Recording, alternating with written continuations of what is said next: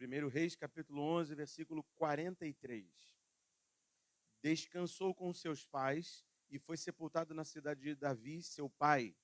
E Roboão, seu filho, reinou em seu lugar. Só até aqui. Santo Deus, muito obrigado pela tua palavra. Nós te bendizemos, te exaltamos. Pedimos, Senhor, que o teu Espírito venha tocar nos nossos corações, no nosso íntimo, e produzir transformações, mudanças, curas. Cura, Senhor, a nossa iniquidade, a nossa maldade. Cura, Deus, a nossa malícia. Cura-nos dessa doença. Doença do coração. Enfermidade da alma, que pode nos destruir. Cura-nos, ó Deus, segundo a tua palavra, que é o remédio das nossas vidas. Assim te pedimos no nome de Jesus. Amém. Amém. Pode tomar seu lugar, meu irmão, por favor.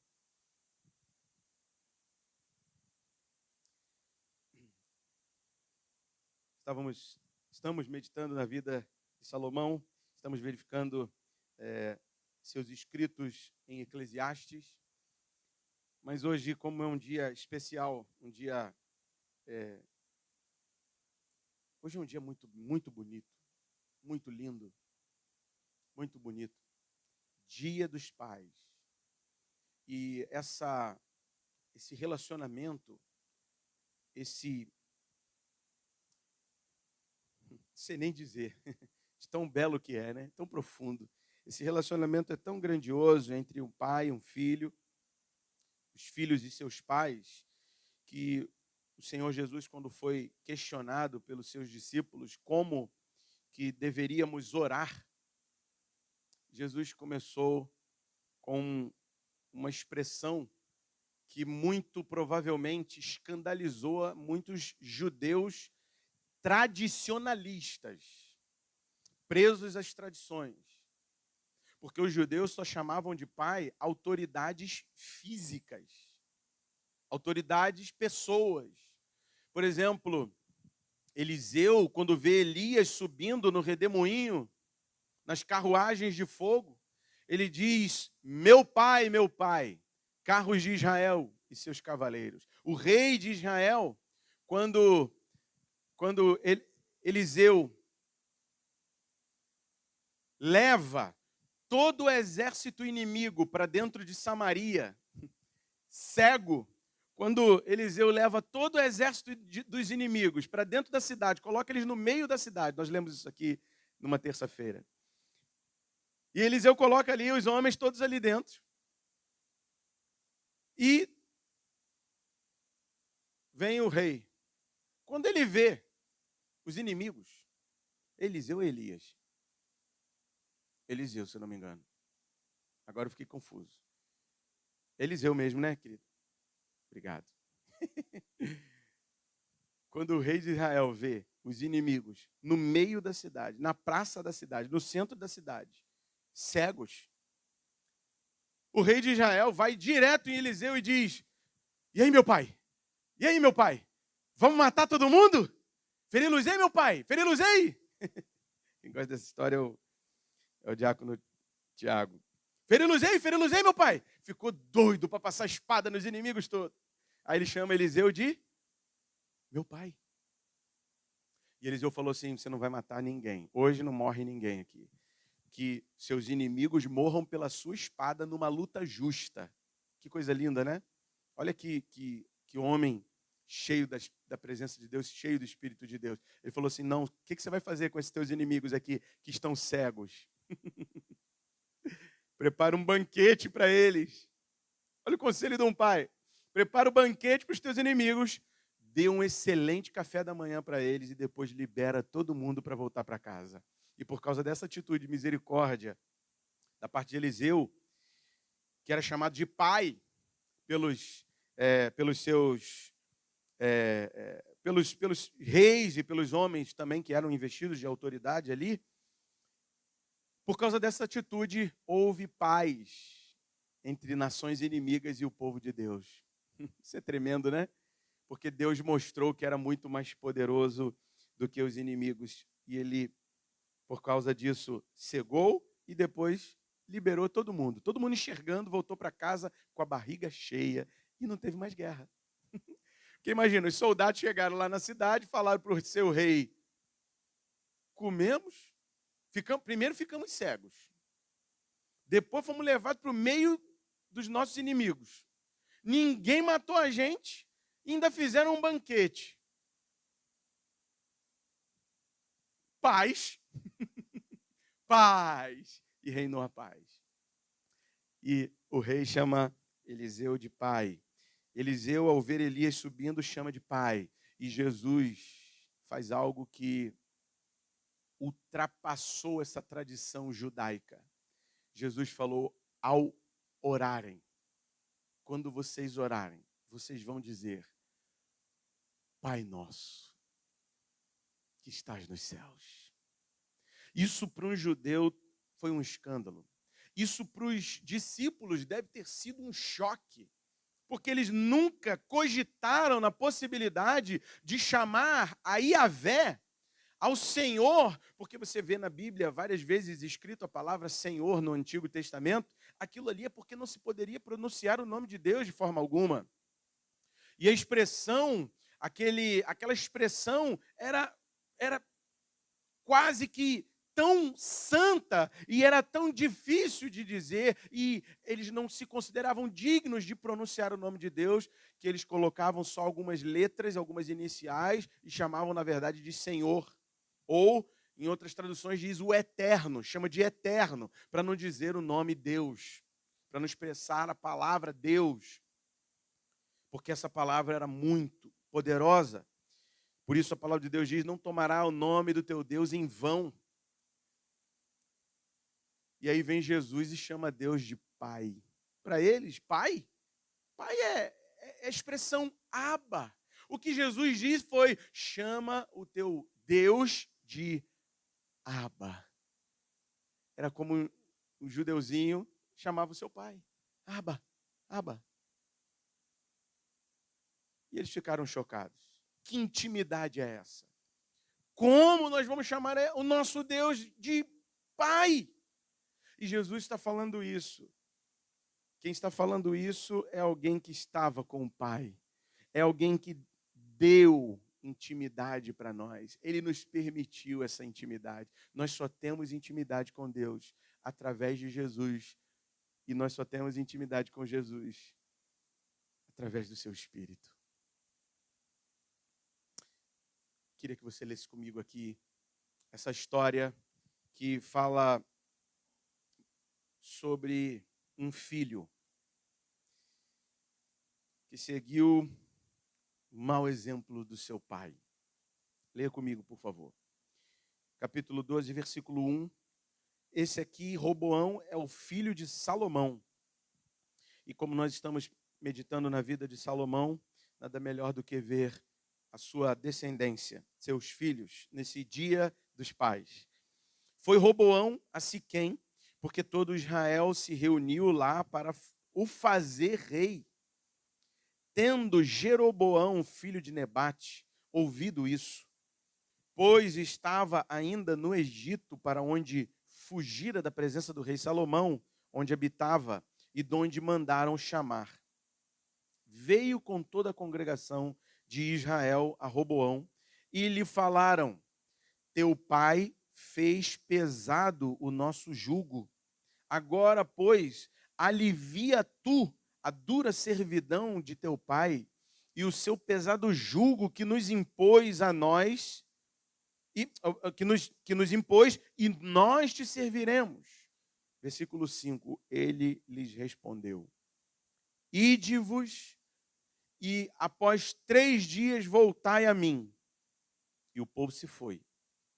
Tomou o rei Roboão conselho com os homens idosos que estiveram na presença de Salomão, seu pai, quando este ainda vivia, dizendo: como aconselhais que se responda a este povo.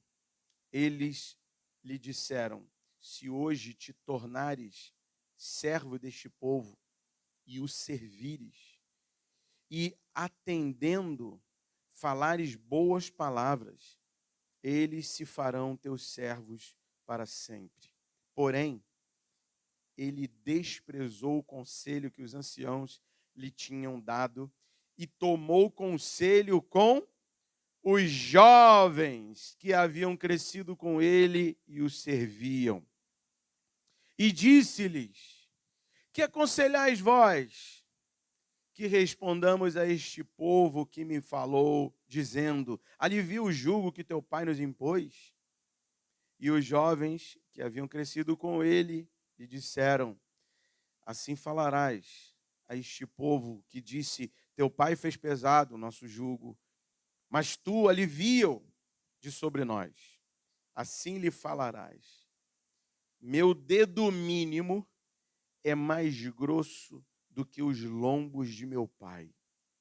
Assim que se meu pai, ou melhor, assim que se meu pai vos impôs jugo pesado, eu ainda vô-lo aumentarei.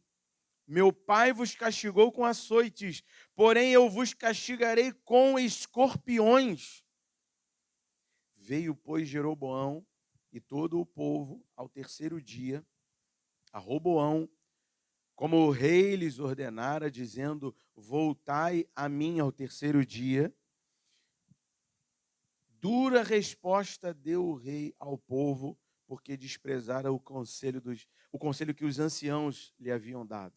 E lhe falou segundo o conselho dos jovens, dizendo: meu pai fez pesado o vosso jugo, porém eu ainda o agravarei. Meu pai vos castigou com açoites, eu, porém, vos castigarei com escorpiões. O rei, pois, não deu ouvidos ao povo, porque este acontecimento vinha do Senhor, para confirmar a palavra que o Senhor tinha dito, por intermédio de Aías, o silonita, a Jeroboão, filho de Nebate. Continue lendo comigo. Vendo, pois, todo Israel que o rei não lhe dava ouvidos, reagiu dizendo: que parte temos nós com Davi? Não há para nós herança no filho de Jessé. As vossas tendas, ó Israel, significa vá para casa, ó Israel. Cuida agora da tua casa, ó Davi. Então Israel se foi às suas tendas. Quanto aos filhos de Israel, porém, que habitavam nas cidades de Judá, sobre eles reinou Roboão. Então, o rei Roboão enviou a Adorão, superintendente dos que trabalhavam forçados, porém todo Israel o apedrejou e morreu. Mas o rei Roboão conseguiu tomar o seu carro e fugiu para Jerusalém. Assim, Israel se mantém rebelado contra a casa de Davi até ao dia de hoje. Tendo ouvido todo Israel que Jeroboão tinha voltado, mandaram chamá-lo para a congregação e o fizeram rei sobre todo o Israel. Ninguém seguiu a casa de Davi, senão somente a tribo de Judá. Somente até aqui. Meus irmãos, eu quero só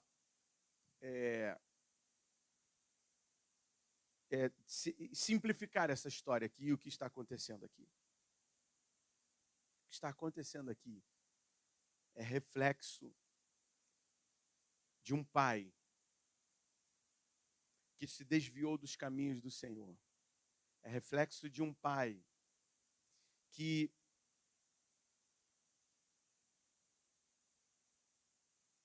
se deixou levar pelas influências,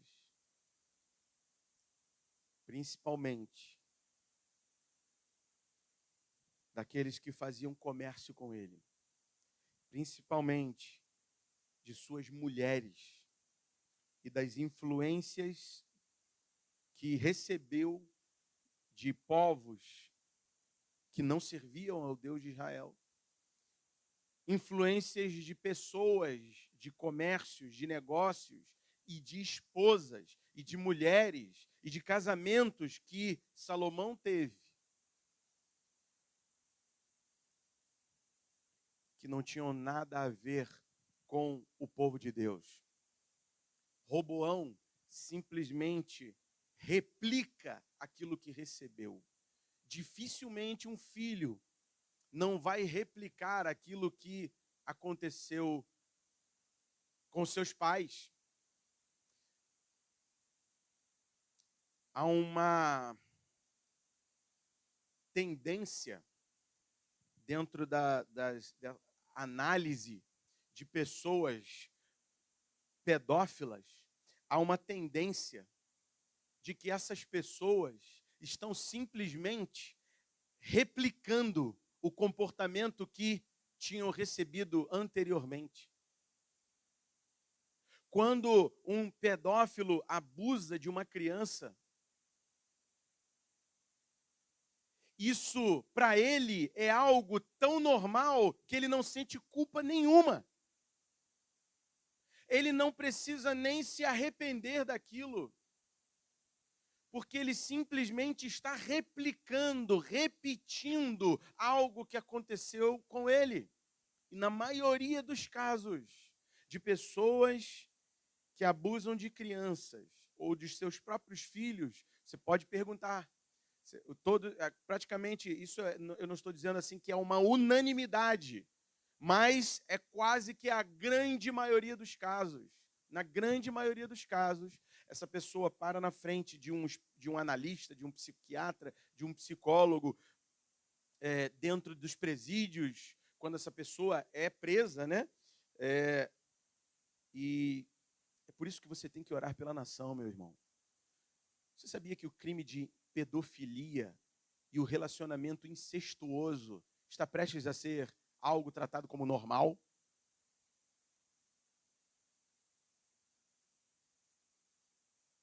Não, porque o pedófilo ele tem uma outra forma de amar. Ele ama crianças. Você sabia que isto está sendo colocado dentro dos congressos da nação para ser julgado? E tem uma tendência seríssima, por causa da iniquidade dos homens, disso ser aprovado. Se não aprovado, isso já tem acontecido de formas avassaladoras. Imagina a aprovação disso. Então, por mais que você veja que a vida e as circunstâncias da vida e do mundo e do país vão de mal a pior, e sabendo que a palavra de Deus diz que os últimos dias seriam dias cada vez piores, onde a iniquidade se multiplicaria, você e eu somos aqueles que resistem ao mal. E temos que resistir. Resistir ao diabo e ele fugirá de vós. Nós temos que promover resistência. Como? Vida santa. Oração. A oração é uma arma que faz com que fortalezas espirituais sejam demolidas. E nós precisamos orar por Brasília. Precisamos orar por onde estão os governantes da nação.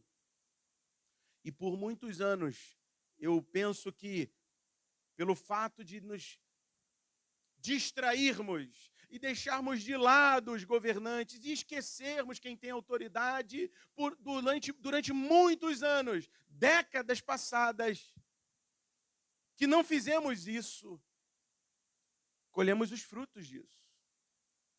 Colhemos os frutos disso. Por causa da iniquidade e por nos conformarmos com ela. Por isso, de fato, você precisa orar pela nação, orar pelos supremos tribunais de justiça da nação. Você precisa orar pelos governantes, você precisa orar pelas autoridades, você precisa pedir a Deus, Senhor, afasta o homem perverso. Você precisa pedir isso a Deus. Você está vendo aqui que esses anciãos estão ensinando aqui para Roboão? Por que você está vindo com esse peso? Não venha com esse peso. Alivia o fardo que teu pai impôs. Por que estão falando isso? Porque Salomão se tornou um rei iníquo, maligno. O homem que construiu, isso já temos falado várias vezes, né? Mas eu fico assim impressionado, porque se você acha que isso não pode acontecer contigo, isso pode acontecer contigo, e quem sabe isso não está acontecendo contigo. Mas Salomão, o homem que construiu o templo de Deus, foi o mesmo homem que construiu vários templos pagãos para suas esposas. Que coração dividido é esse? Que ânimo dobre é esse? Que espírito é esse? Quem é Roboão? Roboão é um replicante. Roboão é um replicador, é um repetidor. Porque apesar de Salomão, e creio eu, que nós como temos visto a partir do livro de Eclesiastes, apesar de Salomão ter se arrependido dos seus pecados, as consequências do pecado permanecerão. Apesar de termos sido cobertos das nossas iniquidades, cobertos das nossas maldades, perdoado naquele Calvário de todos dos nossos pecados, meus irmãos, as consequências do pecado não temos como fugir. Alguém aqui pode dizer que nunca vai morrer? Alguém aqui pode dizer que nunca vai passar pela sepultura? Que nunca vai conhecer o cemitério? Que nunca vai passar pela cova? Alguém aqui pode dizer isso? Eu não posso dizer isso, porque eu não sei se Jesus vai voltar. Eu não sei quando ele vai voltar. E eu nem quero nem pensar em cogitar a possibilidade de dizer uma data para você, porque isso seria diabólico. Diabólico. Meus irmãos,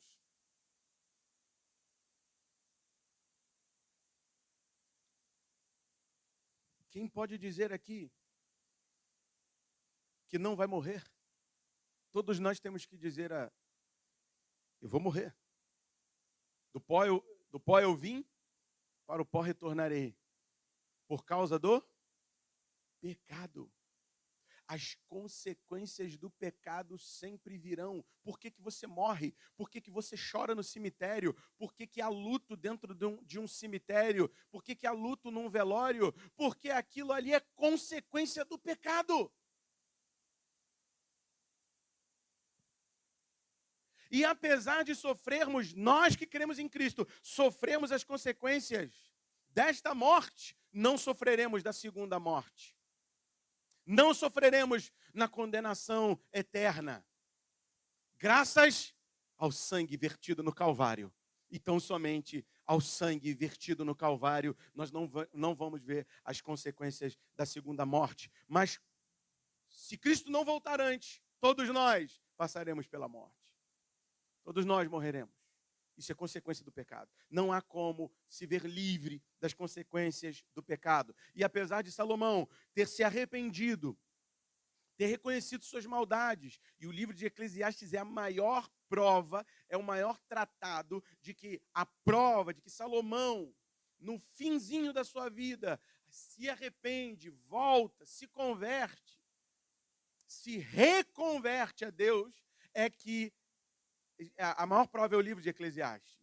Mas as consequências das suas imoralidades, as consequências das suas paixões, das suas más influências, da sua idolatria e de toda malícia e perversão que permeou seu coração, as consequências estão aqui. Roboão. Repetindo, replicando. E as consequências são tão graves, que um reino que era uno, um reino que era um só rei, uma só nação, um só Deus, um só governo, se divide, se desmembra, racha ao meio. por causa de consequências dos pecados de Salomão. É inevitável. Por isso que nós precisamos viver de forma irrepreensível. Por isso que nós temos que buscar viver em santidade radical. Radical! Para que nossos filhos não sofram os danos, replicando os nossos comportamentos, replicando as nossas transgressões, iniquidades. Salomão se tornou um rei, o rei do povo de Israel, o rei do povo de Deus, o homem mais sábio e o mais rico da terra, se tornou iníquo. Sabe o que é iniquidade? Iniquidade é o contrário de equidade. Equidade é retidão. Equidade, o reino de Deus é um reino de equidade, de retidão. Salomão se tornou iníquo, se acostumou a viver na tortuosidade dos seus próprios caminhos, dos caminhos do seu coração. Amou muitas mulheres. Quem que você tem amado? Quem que você tem ouvido? Quem são tuas influências? Quem são os teus influenciadores? O que você tem assistido? Roboão provavelmente assistiu todos as muitas princesas malignas que o seu pai se devotava a elas. Imagina Roboão vendo isso. Imagina o filho de Salomão vendo isso. Imagina ele vendo seu pai indo de vez em quando ao templo do Deus vivo, que era o Deus de Israel, e no dia seguinte entrando no templo de Milcom, entrando no templo das Astarotes, entrando no templo dos Baalins, templos que ele mesmo construiu. Que templo você tem construído na sua casa? Qual altar que você tem levantado na sua casa? Qual culto que tem dentro da sua casa? E eu falo principalmente para os pais, eu me sinto extremamente temeroso. Eu temo isso. Porque a minha filha copia tudo que eu faço. Eu olho e vejo ela copiando o que eu faço, o que eu falo. Eu não estou falando que sejam coisas ruins, mas ela copia tudo, as minhas atitudes, os meus comportamentos, as palavras. Mães, suas filhas te copiam. Pais, teus filhos te copiam. Homem e mulher, pais, casais, teus filhos, sejam homens ou mulheres, estão te copiando, estão te observando. Você é o exemplo deles.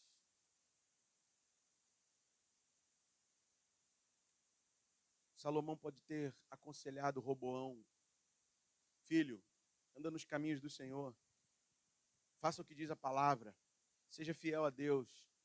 Ele pode ter dito, mas Roboão não viu isso. Ele pode ter ouvido, mas ele tinha que ter visto. Ensina a criança no caminho que deve andar. Ensina a criança no caminho, ou seja, viva no caminho, ande no caminho, permaneça no caminho, seja exemplo.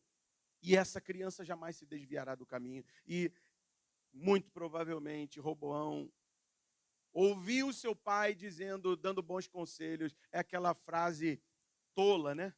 É uma tolice isso. Faça o que eu digo, mas não faça o que eu faça o que eu digo, mas não faça o que eu faço. Ele deve ter dito isso para Roboão. Só que filhos não copiam muito o que a gente diz. Filho não obedece o que a gente fala. Quantas vezes você tem que falar com teu filho? Quantas vezes você já não disse para os seus filhos: ô garoto, quantas vezes eu tenho que repetir? Você disse isso, já não ouviu isso? Quem aqui já ouviu isso? Quantas vezes tem que repetir a mesma coisa? Já ouviu isso? Por que nós estamos aqui? Se nós estamos ouvindo a mesma coisa. Por que nós participamos da mesa da ceia, da Santa Ceia? Uma mesa que dura mais de 2000 anos. E nós temos que repetir a mesma coisa. Por quê? Porque a gente aprende pela repetição. Aprende pela repetição. Mas na maioria das vezes é pelo exemplo. E Cristo não ficou só na palavra. Ele disse, fazei isto em memória de mim. Todas as vezes que comerdes do pão, beberdes do cálice. Ele ficou parado? Não. Ele falou, fazei isto. E ele foi para lá. Fazei isto. E ele disse, a palavra concordava com a ação. A voz de Jesus concordou com a sua atitude. Senão não adiantaria de nada. Imagina Jesus somente dizendo, olha, todas as vezes que comer do pão, lembrai de mim. Tá bom. E ele saísse e fosse viver conforme seu bel prazer. Não! O Filho de Deus, no Getsêmani, ele disse, Abba. Marcos 14. Abba, Pai, tudo te é possível. Passa de mim este cálice. Contudo, não seja feito o que eu quero, mas sim o que tu queres.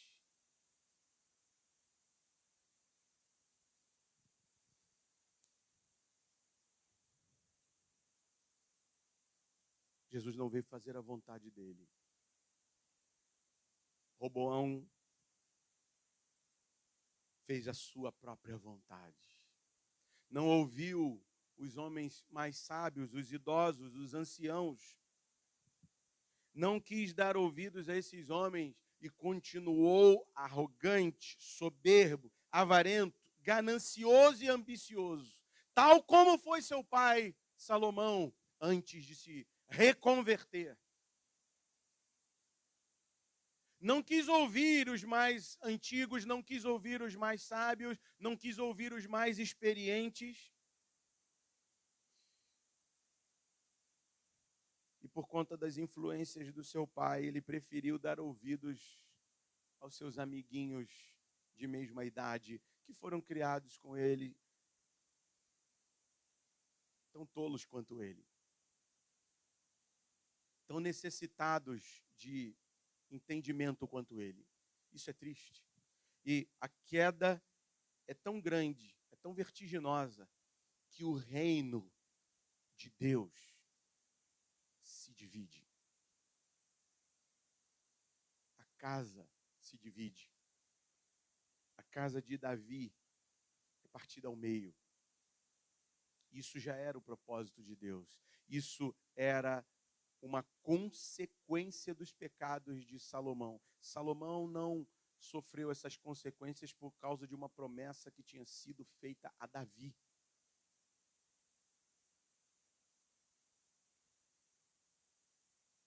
Mas o seu filho, que declarou, eu ainda aumentarei o peso do jugo,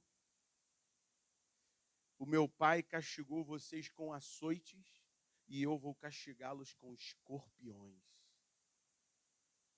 Era maldoso, malicioso, arrogante, avarento, soberbo. E esse homem era filho do homem mais sábio e mais rico que já existiu.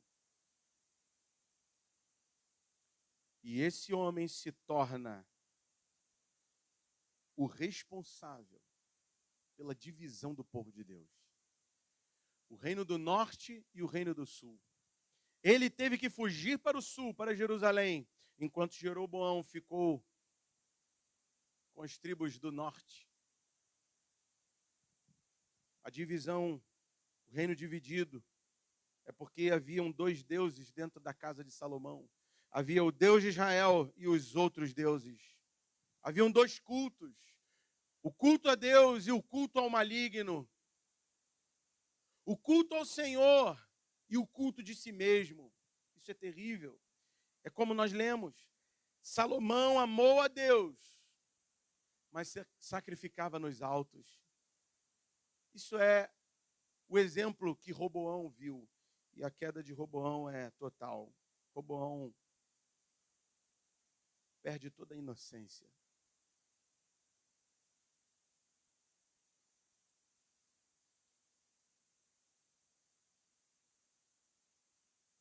Roboão se torna malicioso. A pior coisa que existe é quando você vê um filho perdendo a inocência.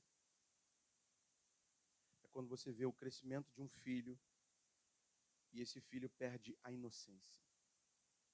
Uma ocasião eu estava... isso me chamou tanta atenção que eu nunca esqueci. Eu estava assistindo a um programa, eu gosto muito de programas de mecânico. E era um dono de uma oficina mecânica e nesses canal Discovery Turbo. Quem gosta mais de... A maioria das vezes é homem, né? Tem um programa lá que são mecânicas. Elas não sujam nem o dedo. Eu nunca vi. A unha está desse tamanho. Muito provavelmente elas só pegam a peça, colocam embaixo, quem faz tudo é o assistente do programa. Porque eu vou, como é que a mão dessa garota está limpa? Mecânicas. Ela não consegue nem pegar uma transmissão, tem uns robustos lá que o cara pega a transmissão no braço. Eu falo, caramba, meu irmão. O cara bota a transmissão no braço e bota para baixo. Aí as garotas lá, sobe o carro, fica lá olhando, olhando. Elas entendem, mas, poxa, mulher não vai querer saber disso. Até porque a maioria das vezes quem tem responsabilidade pelos carros, pelo transporte, são os homens, né? E eu, como não... Eu gosto de ter uma mínima noção para não ser enganado, né? Porque com a mínima noção que eu tenho, eu já sou enganado. Imagina se eu não tivesse.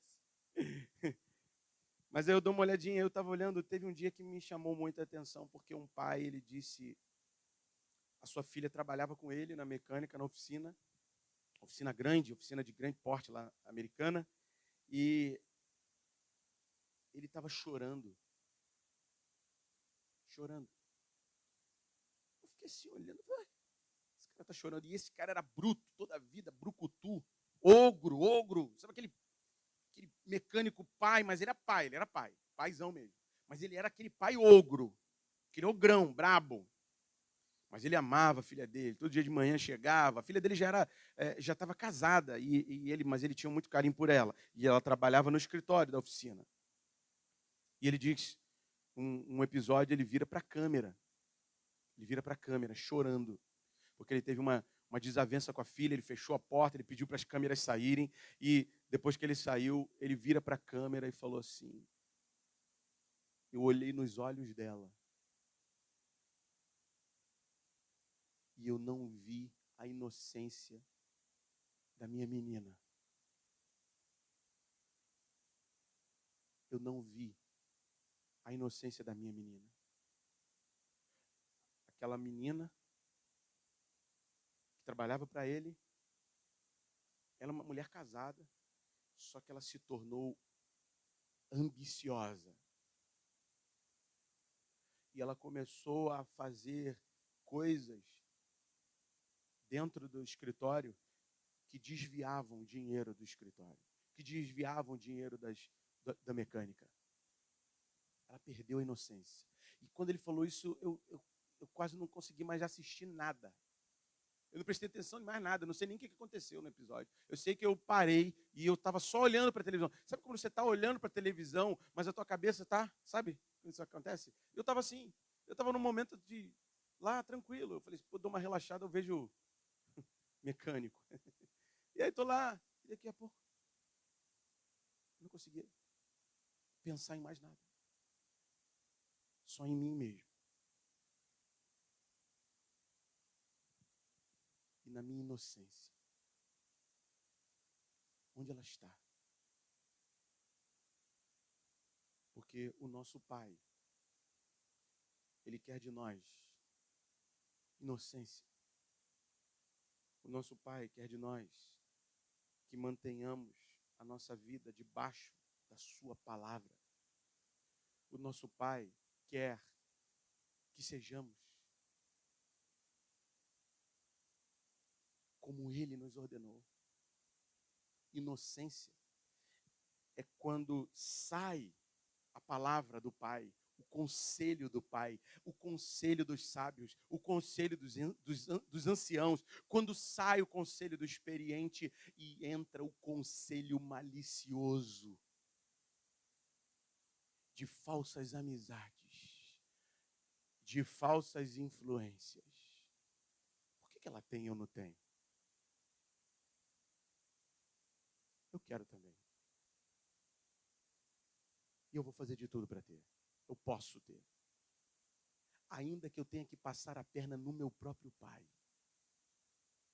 Ainda que eu tenha que desviar dinheiro dos próprios recursos da oficina mecânica do meu pai. Eu quero esse dinheiro. E quando ele saiu de lá de dentro, que ele virou para a câmera. Você imagina um homem grande? Imagina um Shrek. Grande, forte, chorando, com o rosto todo molhado. E aquele homem, eu gosto de assistir esse programa porque esse homem é bem bruto. E eu gosto de homens brutos. Mas é um homem que ama a família, ama a casa, ama a esposa. E ele trata... Eu acho que esse programa nem passa mais. Já é tão antigo, já nem passa mais. Já não tem mais temporadas desse programa. Nem lembro do nome, para te falar a verdade. Mas ele sai de lá de dentro com o rosto coberto de lágrimas. E ele disse... Eu entrei ali e não vi mais a inocência nos olhos da minha filhinha. A minha filhinha se foi.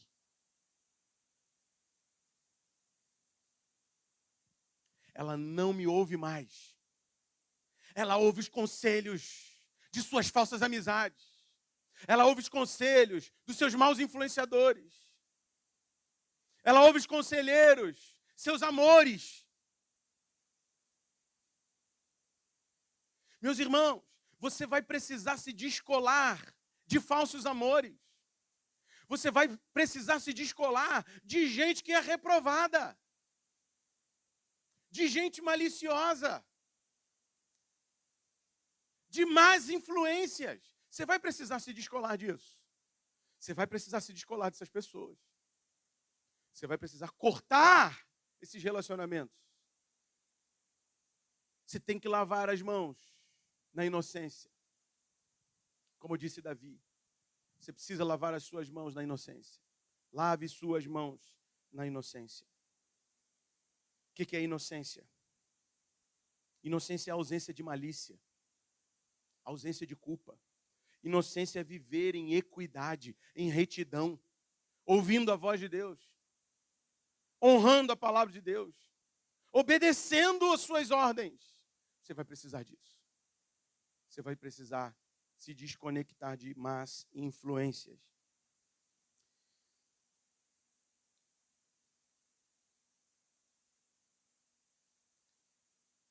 Eu queria encerrar aqui e eu queria que você lesse uma coisa. Vá comigo, por favor, lá em 1 Samuel, capítulo 16. 1 Samuel, capítulo 16.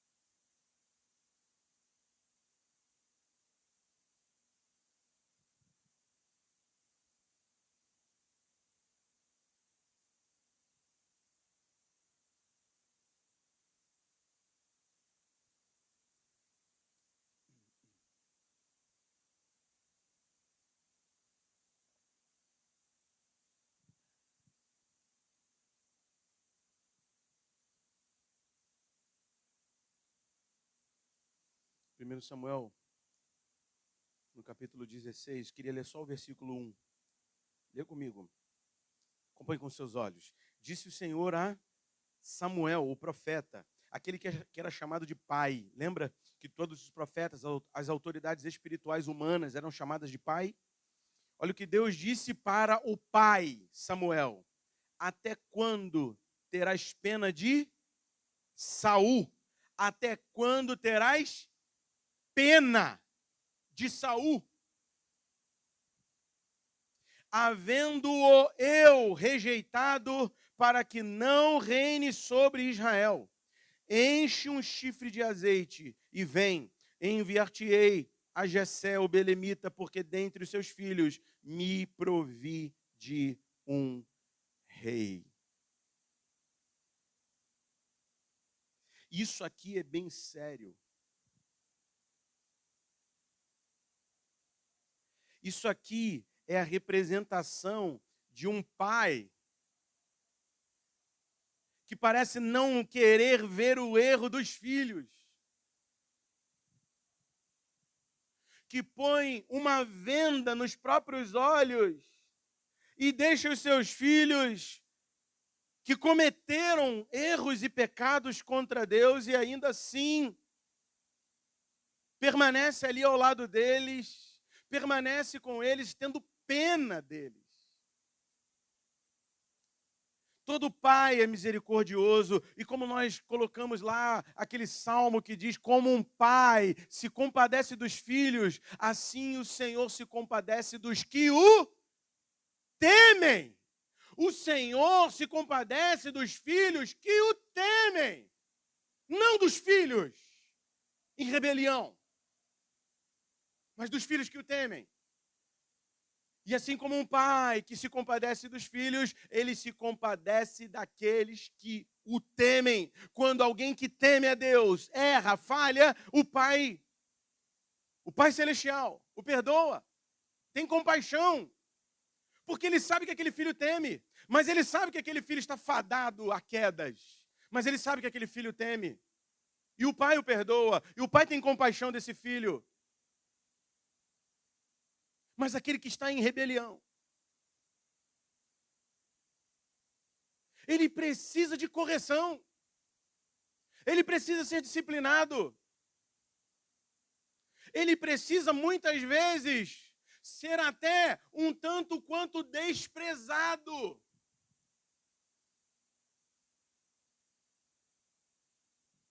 Você lembra do apóstolo Paulo dizendo para a igreja de Corinto: tira esse homem para que ele receba as mordiscadas de Satanás, para que ele receba a disciplina e depois, quem sabe, volte arrependido. Mas remove esse homem da igreja. Por quê? Porque o homem que estava se deitando com a sua madrasta, lá na igreja de Corinto, estava sendo tratado pela igreja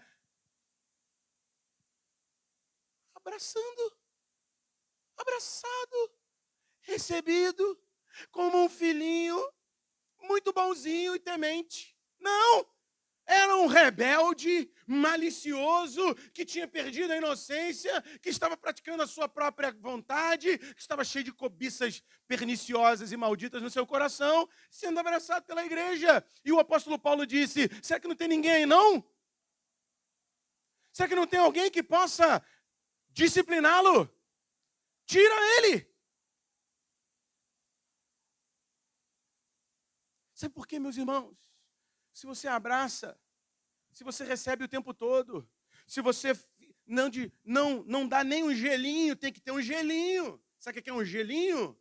É uma desprezada, é uma pausa. Você precisa demonstrar a sua reprovação. Se você é pai de verdade, mãe de verdade, você precisa dar uma pausa. Você precisa obedecer a palavra de Deus. Isso aqui é Deus falando para Samuel, o seu pai. Pai de Saul. Saul chamava Samuel de pai. Todo profeta era o pai do rei. O profeta é que dava direção para o rei. Saul chamava Samuel de pai. Só que Samuel estava com muita pena. Porque gostava de Saul. Porque amava Saul, seu filho espiritual.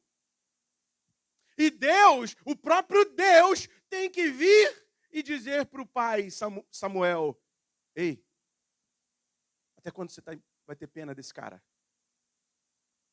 Eu já o reprovei. Ele precisa sentir que foi reprovado. Ele precisa perceber que foi reprovado. E enquanto você estiver aí, fazer igual o pastor Fernando já fez isso. Ah, meu bebê! Ele vai achar que está certo. Ele vai achar tudo normal. Ele vai ser um Roboão. Ele vai ter o conselho dos amigos sempre. Porque você continua igual, não mudou. Tem que ter mudança. Se o teu filho caiu, você precisa mudar com ele.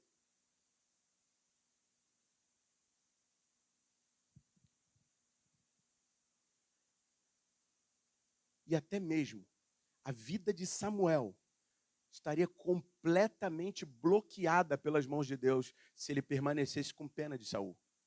Porque o próximo rei, que seria Davi, não seria ungido. E Samuel, porque queria ser melhor que Deus, porque se achava tão bom, cheio de boas intenções e espírito piedoso e comiserado, ele seria um bloqueador para o desenvolvimento do povo de Deus.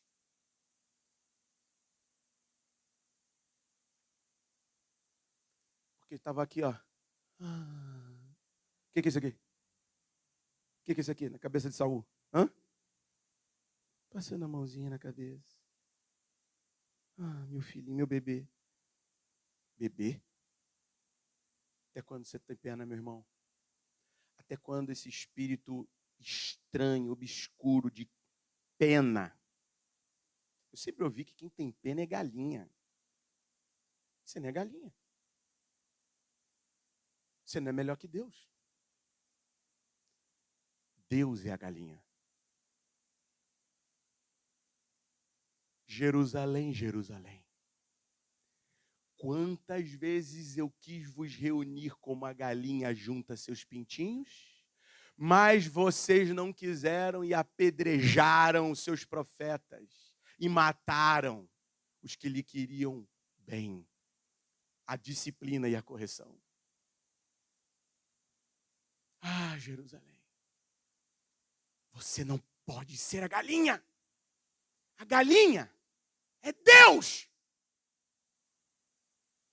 Você tem que ser como um profeta.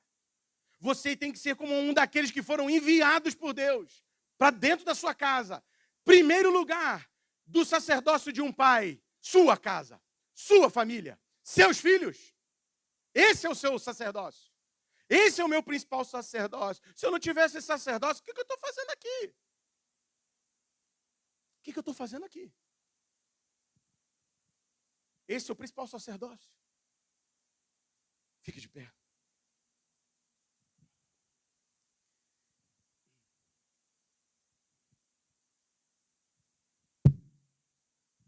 Desculpa.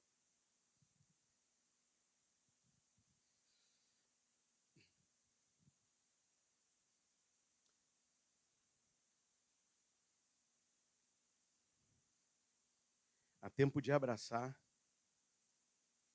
e há tempo de deixar de abraçar. Que o Espírito de Deus te conduza em qual tempo você deve ter com os seus filhos.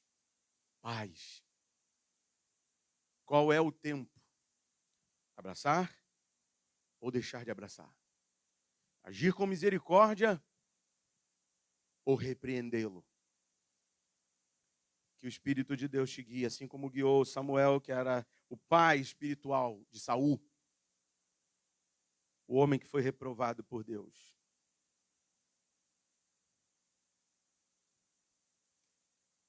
Que não sejamos como Roboão. Você foi livre, você está livre das tradições da sua família. Você está livre daquilo que você recebeu, quem sabe, no seu corpo. Você está livre dessa maldição. Se você foi abusado, você não será um replicador em nome de Jesus, que quebrou essa maldade, essa malícia no Calvário.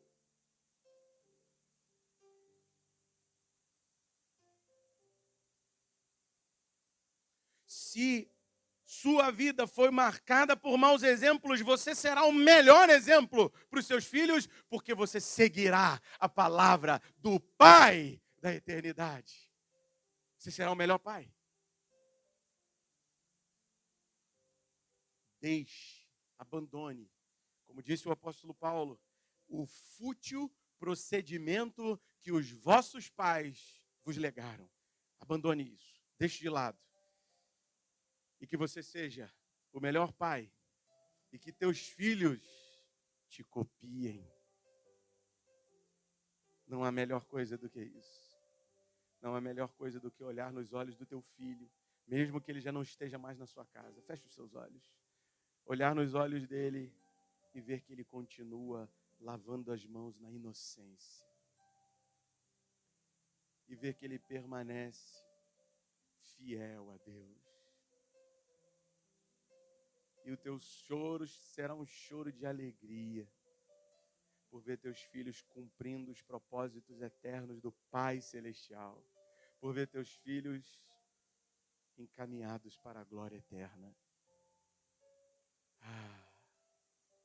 A melhor coisa da minha vida será quando na minha idade avançada olhar nos olhos da minha filha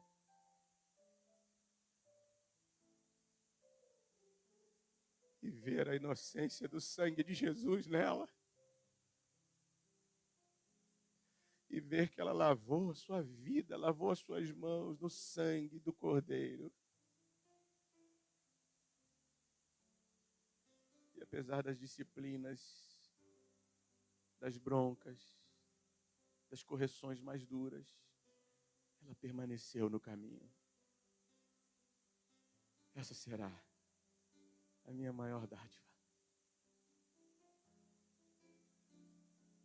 Como um pai, é isso que eu desejo.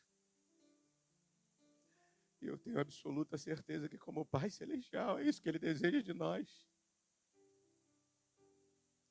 Ele deseja que os seus filhos lavem suas mãos no sangue inocente do Cordeiro e vivam debaixo do testemunho do Cordeiro e permaneçam perseverantes até as últimas consequências ou até a morte.